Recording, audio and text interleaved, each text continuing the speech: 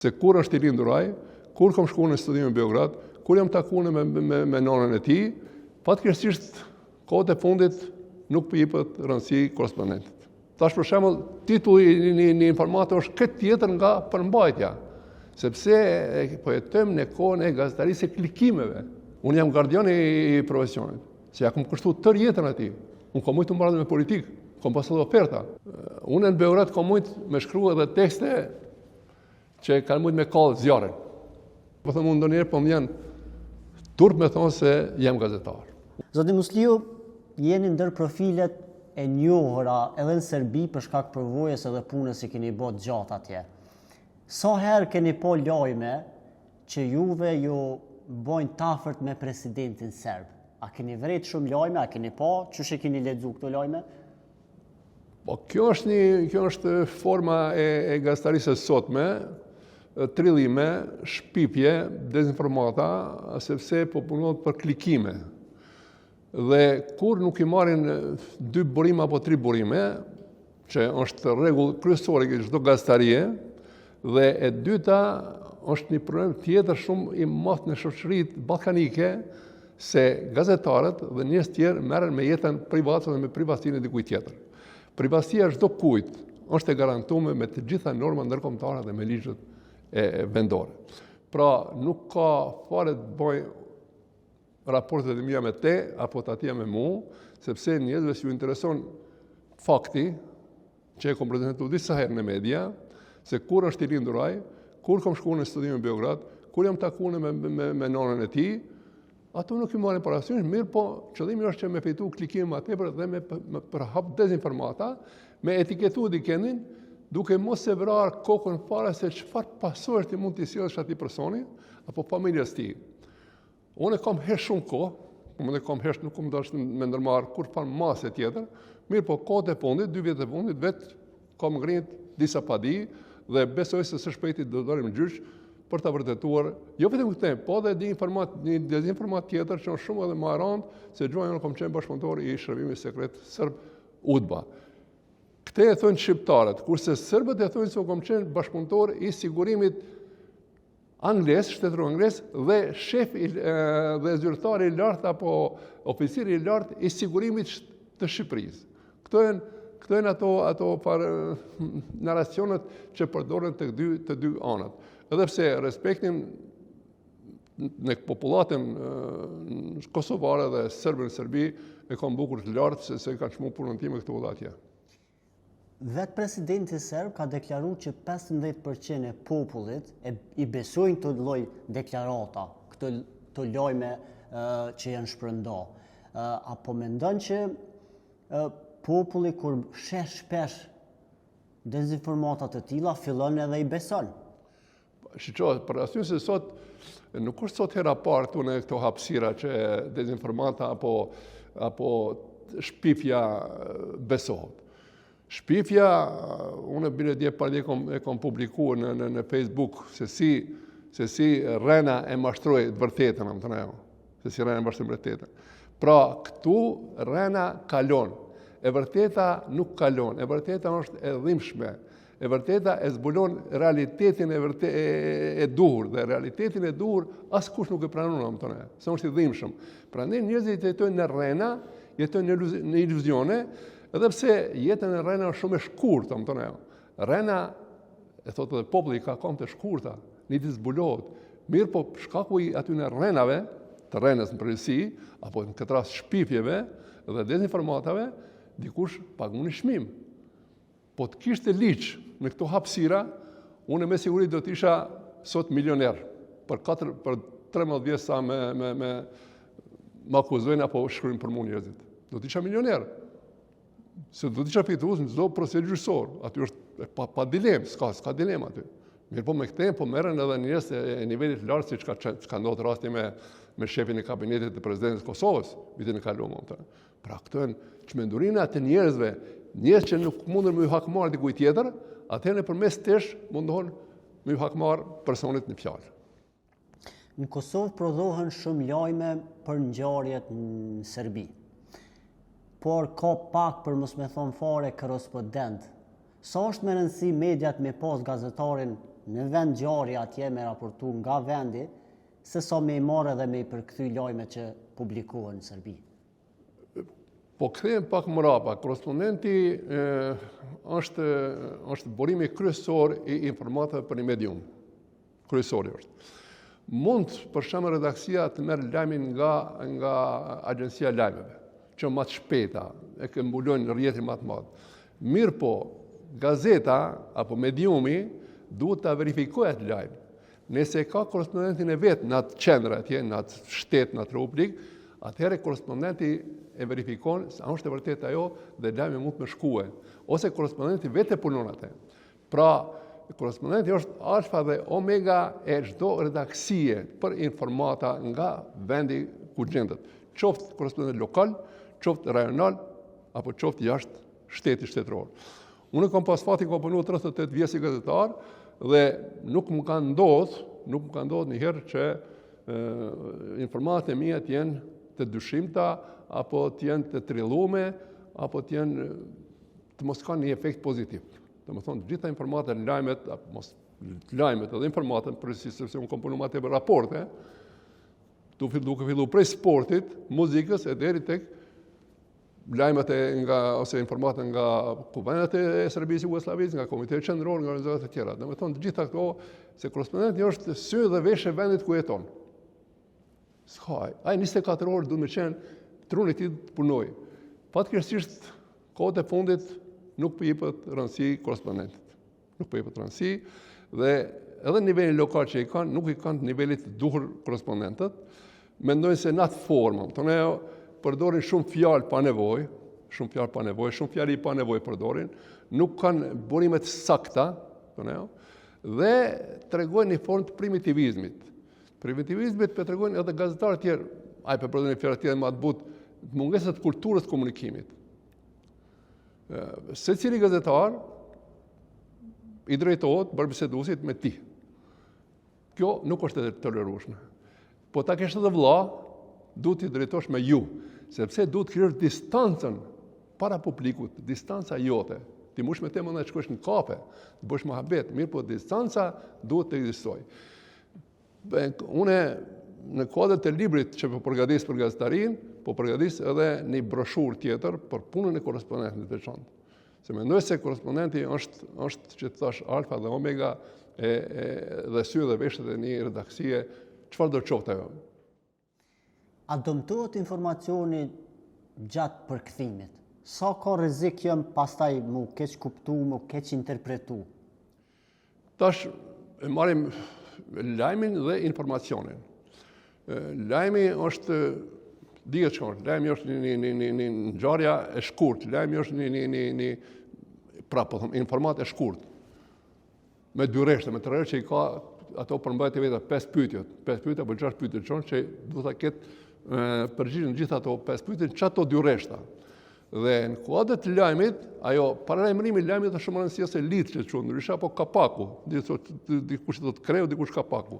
Ajo është shumë rëndësishme se aty ti paralajmëron esencën e asaj çka po ndodh, domethënë. Informata është pak më e gjerë. Dhe informata mund të mund damtu dhe lajmin nga gazetarin nëse nuk ka aftësi ta prodhojë lajmin që duhet dhe informatën, por mund të ndodhë në redaksi, nga redaktori. Redaktori që nuk ka dhe aftësi, ka ardhur aty me lidhje miqësore, politike, familjare, çfarë duash, unë nuk mendoj se një redaktor duhet të ketë një përvojë bukur të gjatë në gazetari për më bërë redaktor. Jo për rrugës me bërë redaktor, pëse është ose kryeredaktor, bje fjala. Kryeredaktor është megjithatë një funksion më politik, mirë po. Redaktorët e rubrikës përkatëse duhet të ketë aftësitë e veta profesionale, të ketë kulturë të përgjithshme, të ketë komunikim, kulturën e komunikimit, dhe të ditë ta punoj, domethënë mos ta deformoj lajmin, se lajmi mund të deformohet dhe me marrë kahje krejt tjetër. Informata plotësohet. Informatën mund edhe redaktori, nëse ka përvojë të madhe, nëse ka dije dhe njohuri, mund të ta plotësoj redaktori.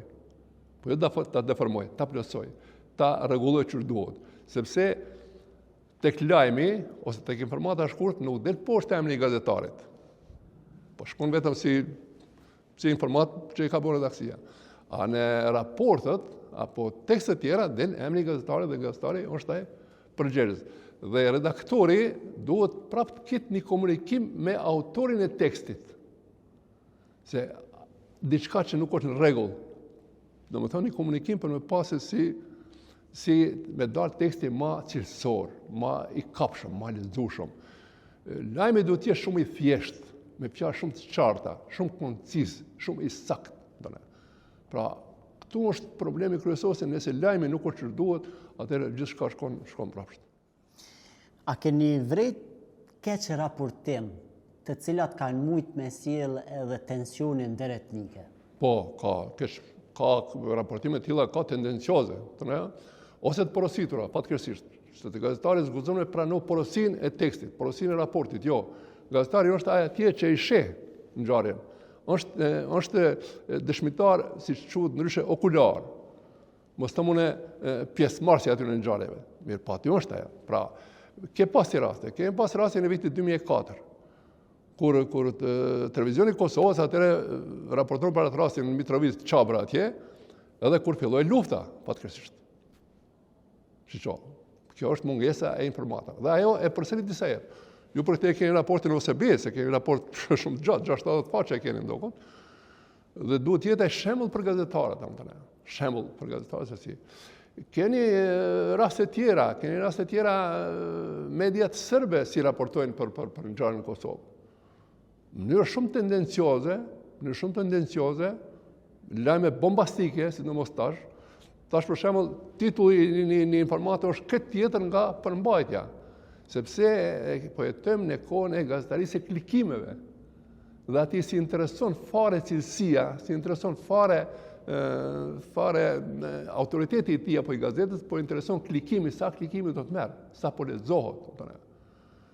E dyta, televizionet janë duke luajtur një rol shumë negativ shoqërinë kosovare dhe ballkanike në përgjithësi.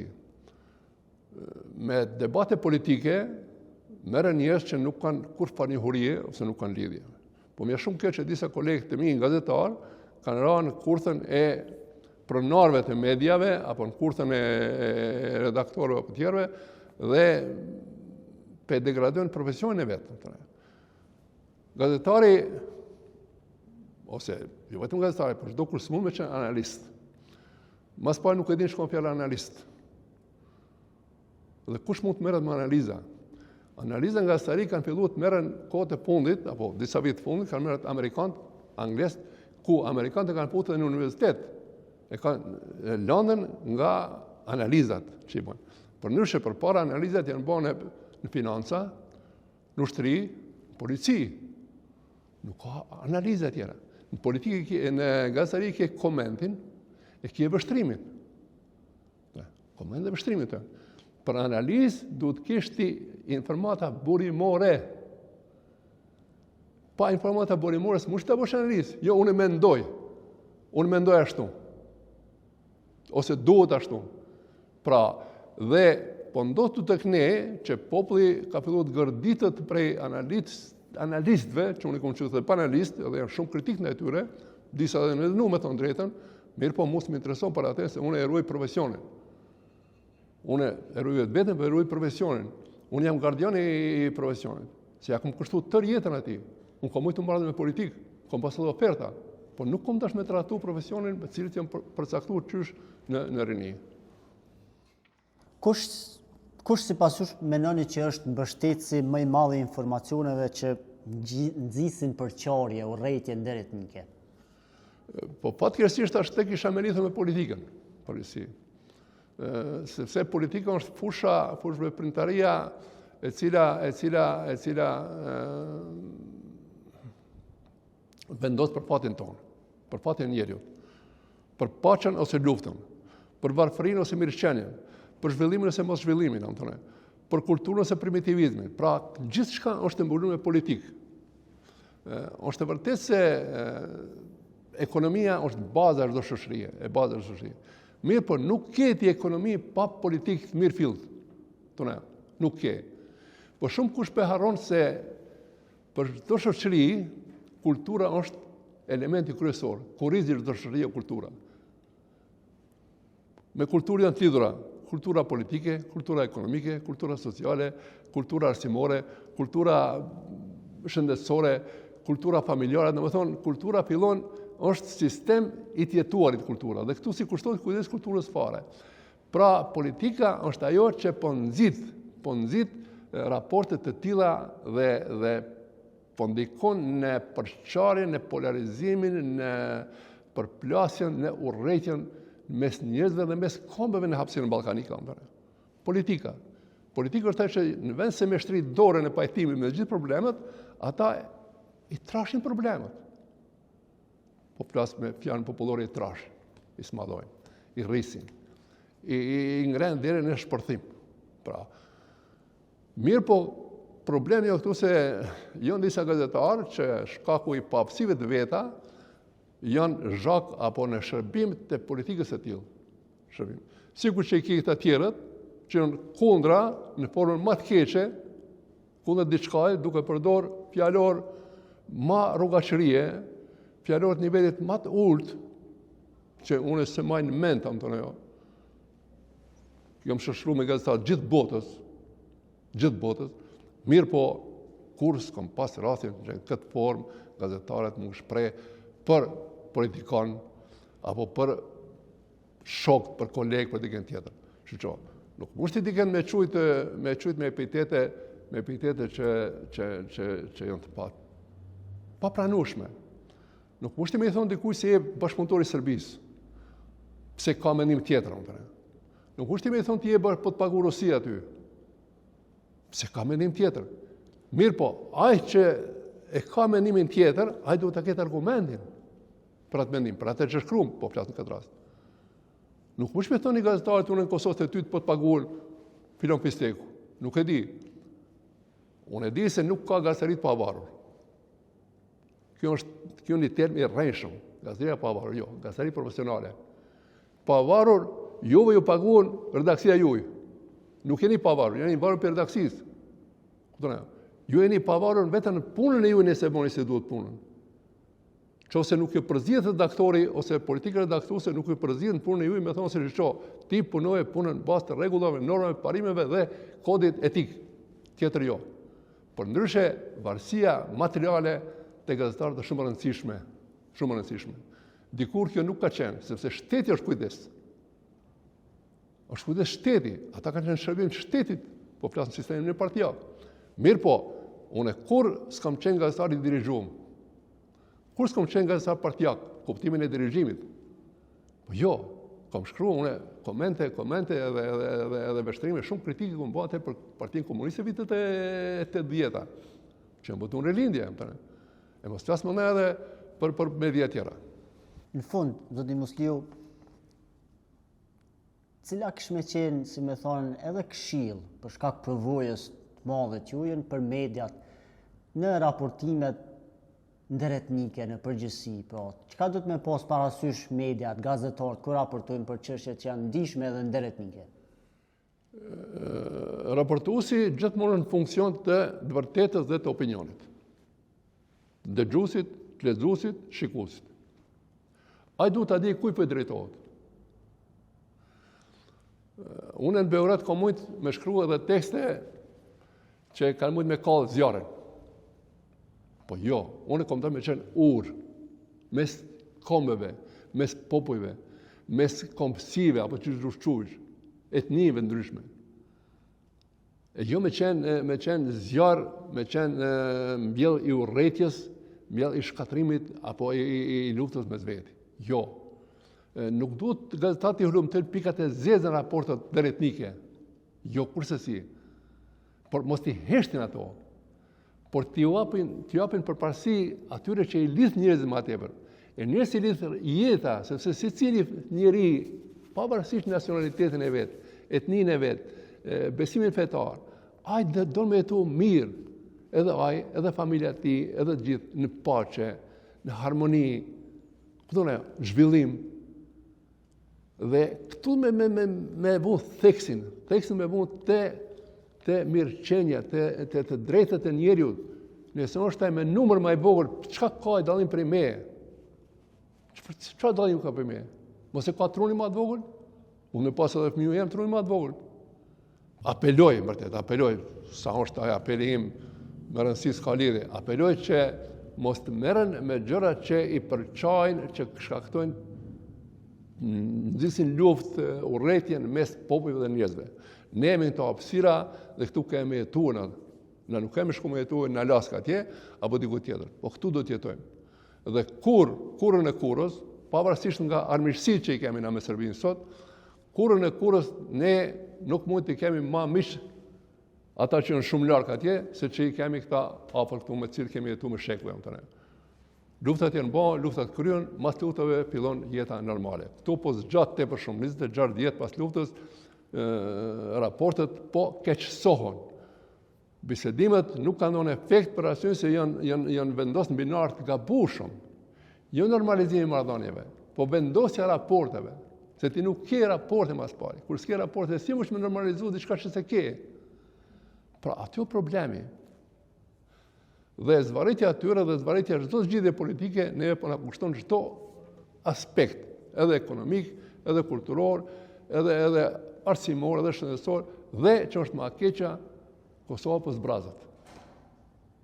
Kush se çan kokën për këtë? Po e çajnë kokën politikanët për vota. Kush sa vota po merr, kush kujt çka po i thot, shihme çfarë fjalore shërbejnë ata të gjithë, tonë. Nuk mundesh. Politikanët në vetë lart i quajnë pushtetarët e jashtëm ose homologët e vetë i shumë me tituj, me epitete shumë të rënda. Nuk mundet dikush në Kosovë një kryetar ose president apo kryeminist me quajt Putinin Hitler ose kriminal. Këto sidomos nuk guzon të përdor gazetari këto epitete. Ose gazetari duhet të thosë se siç i quhen ai. Të mbulohet. Po ta përmendin në fund të rastin e BBC-s, që ka refuzuar të përdor termin terroristët e Hamasit. Edhe përkundër demonstratave të hebrejve para shtëpisë tyre në Londër, ai ka thënë jo, atë mund ta përdorin politikan, por na jo. Na nuk jemi ata që japin kvalifikim, a janë terrorist, a janë kësaj apo kësaj. Ata janë organizat e armatosur. Dhe jo terrorist, për ne nuk janë terrorist. Pra, gazetari nuk duhet bjerë në kurthën e termave të tilla dhe epiteteve të tilla për njerëzit, për organizatat, për shtetet, për ato. Unë për shumë shpesh unë e di që kjo nuk tingëllon mirë, shpesh quhet kasapi i Ballkanit Milošević. Po ti nuk uzesh ti me quhet kasap Ballkanit. Po quhet siç e quhen Evropa ose Amerika ose dikush tjetër, pra duhet ta kesh në mbulesën ti. Sikur çon mbulesa për ndonjë informatë e ke të saktë. Po nuk uzesh me thonë se janë informata jote, ju referohet burimeve diplomatike ose burimeve të sigurta, se ti ja që nuk e zbulon burimin. Pra, jo këto metoda që e fiton të gjatë përvojës punës. Pra, kjo është përkeqare dhe mirë, po thëmë ndonjëherë, po më janë turp me thonë se jam gazetar. Unë vërtet si jam gazetar, mirë po më janë turp me thonë se jam gazetar.